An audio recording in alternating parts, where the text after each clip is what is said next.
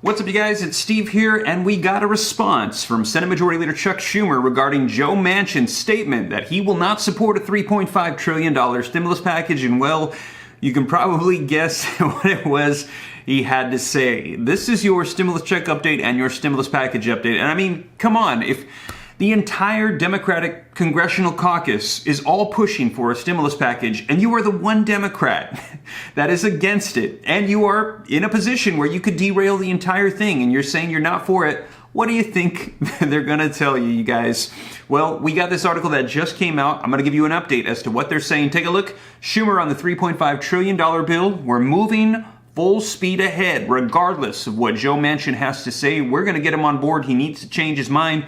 We need stimulus, you guys, from Senate Majority Leader Chuck Schumer. So we're going to dive into this article. I'm going to get you caught up on the latest. We're also going to be hearing from a top White House advisor in response to Senator Joe Manchin, you guys. Now, also, we're hearing that this is very much so needed. Now, those of you that missed my video earlier today, be sure to check it out, as we've received word that the Delta variant is on the spread. President Joe Biden is going to be addressing the nation here in just a little bit. He's going to be updating us on the pandemic, on vaccines, and also issuing executive orders because of what's happening right now with the pandemic spread. And take a look at these articles that are coming out, you guys. Monster risk. Fauci says cases are 10x too high, you guys. They're way higher than they could be if we were going to call an end to this pandemic. Take a look at some of these articles coming out. Nearly 300% more patients in U.S. hospitals at the weekend than we were in a year ago, and the average number of deaths was 86% higher than the same period last year with the spread of the Delta variant continuing, you guys. And take a look at this. Anybody can look it up. Just go on to Google, type in U.S. cases, and you can see September 7, 2021, we set a new record high with over 300,000 new cases in a single day, you guys. And just to put it in perspective, take a look here. Last year, this same day, September 7, 2020, only 25,000 new cases, 12 times as many new cases. And as you can see, that was right before we hit the winter flu season and had a massive spike. So a lot of people are concerned about where we're at right now, before flu season. And take a look, deaths are on the rise as well. September 8th, 2021, over 2,000 deaths in a single day. And also, a lot of people are concerned because these new variants, doesn't matter if you've been vaccinated or not, people are still getting sick. Take a look at this all over the news. Oscar De La Hoya released from the hospital after 3 days of treatment for a breakthrough case, you guys. He had already been vaccinated, said he was in the best health of his life, and still got sick. This is very concerning to a lot of people to see this with a professional athlete, you guys. So we're hearing that this might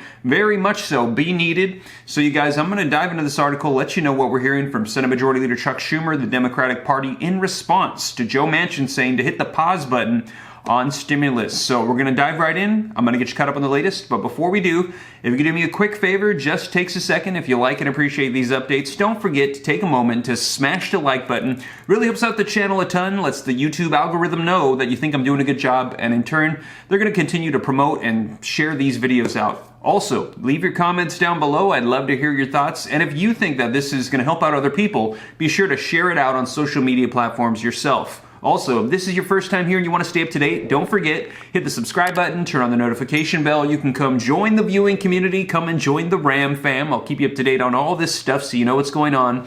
And if you got any specific questions that you want me to answer, be sure to shoot them to me in the DM on Instagram at SteveRam3. That is by far the best way to get a hold of me. If you got any specific questions, and yes, I go through all those DMs. It might take me a while because I get a lot of them, but I will go through and I'll do my best to respond to your questions, you guys. But with that being said, let's go ahead and dive right in. I'm going to get you caught up on the latest as to what's going on today with stimulus, Congress, Democrats, Joe Manchin, and full steam ahead from Senate Majority Leader Chuck Schumer. Let's go ahead and start off with some video footage. I want to ask about infrastructure. I know you saw West Virginia Senator Joe Manchin's op-ed this week saying he does not support the $3.5 trillion reconciliation plan, which includes a lot of the Biden agenda right now, including measures to combat the climate crisis. So without Manchin's support, to 50 Senate, it's dead. So how do you fix this? Dan, if I had a nickel for every time someone's told me this package has been dead, I would be a very, very rich person. It was dead back in May when there was initial opposition to it. It was dead in June, the day the president went to Europe. It was dead in July again. All I've heard is how this package is going to be dead. And yet, amazingly, it continues to advance. The bipartisan infrastructure plan passed the U.S. Senate, and the House adopted a rule for its ultimate passage later in September. This is very specific. And the reconciliation bill, the reconciliation bill, both the House and Senate have adopted the budget structure to pass it, and the House is now in committee markups this week and next week. How are you going to convince Joe Manchin? We're going to continue. We've worked with Senator Manchin at every step of the way. He's been a partner of our administration. He has strong views. Others have views. We're going to work together to find a way to put together a package that can pass the House, that can pass the Senate, that can be put on the president's desk and signed into law. Is he convincible? I mean, you read that. He's very specific, saying that he's worried that that price tag or even something close to that is too difficult to pass because of the debt and even because of inflation. Is that something that's movable? That's why he's very. I think that's why he's very persuadable, because of course this package adds nothing to the debt. Nothing to the debt. It is fully paid for by raising taxes on wealthy people. We've had people become billionaires during the pandemic. They should pay their fair share of taxes. We've had 55 big corporations pay nothing in taxes, though they have record profits. If we raise taxes on the big corporations who aren't paying, raise taxes on people using international loopholes, raise taxes on the wealthy who are not paying their fair share, we can pay for every one of those investments in the package without a penny of taxes on people making under $400,000 a year, and without a penny being added to the long-term federal debt. In fact, passing these tax changes, making the people who aren't paying pay their fair share, collecting taxes from people who owe them and are dodging taxes by using loopholes, by using lawyers and accountants, collecting those taxes will make our tax system fairer, make middle-class people share less of the burden, and can help bring down our debt in the long run. So I think Senator Manchin's concerns about inflation, about debts, those are concerns we can address with the provisions of this package itself. So there you guys have it. Let me know your thoughts in the comments down below, as it sounded like they pretty much were just dismissing Senator Joe Manchin's claims that he's going to not support this. They said they're going to get him on board, and was I the only one that noticed that it looked like the news anchor was not having any of it? She was not happy with that response, just kind of dismissing Senator Joe Manchin's claims, you guys. But let's also take a look at what Senate Majority Leader Chuck Schumer had to say, as he kind of did the same thing, you guys. Link in the description below to this article that came out yesterday that says, Schumer on the $3.5 trillion bill, we're moving full speed ahead. Now, the article says, Senate Majority Leader Chuck Schumer said Wednesday that Democrats are moving full speed ahead on a $3.5 trillion budget reconciliation bill, despite the call for a strategic pause and smaller price tag from the moderate Democrat Senator Joe Manchin of West Virginia. We're moving full speed ahead, Schumer said on a call with reporters. We are moving forward on this bill. Now, Schumer's remarks come nearly a week after Manchin asked for a pause on the timeline the Democratic leaders have laid out for the budget reconciliation bill. Now, Manchin has also been privately suggesting to his colleagues that the $1 trillion to $1.5 trillion is the price tag that he could accept with the Democrats' reconciliation bill, according to sources who have spoken to him. He also suggested that the 2017 tax law, which he opposed,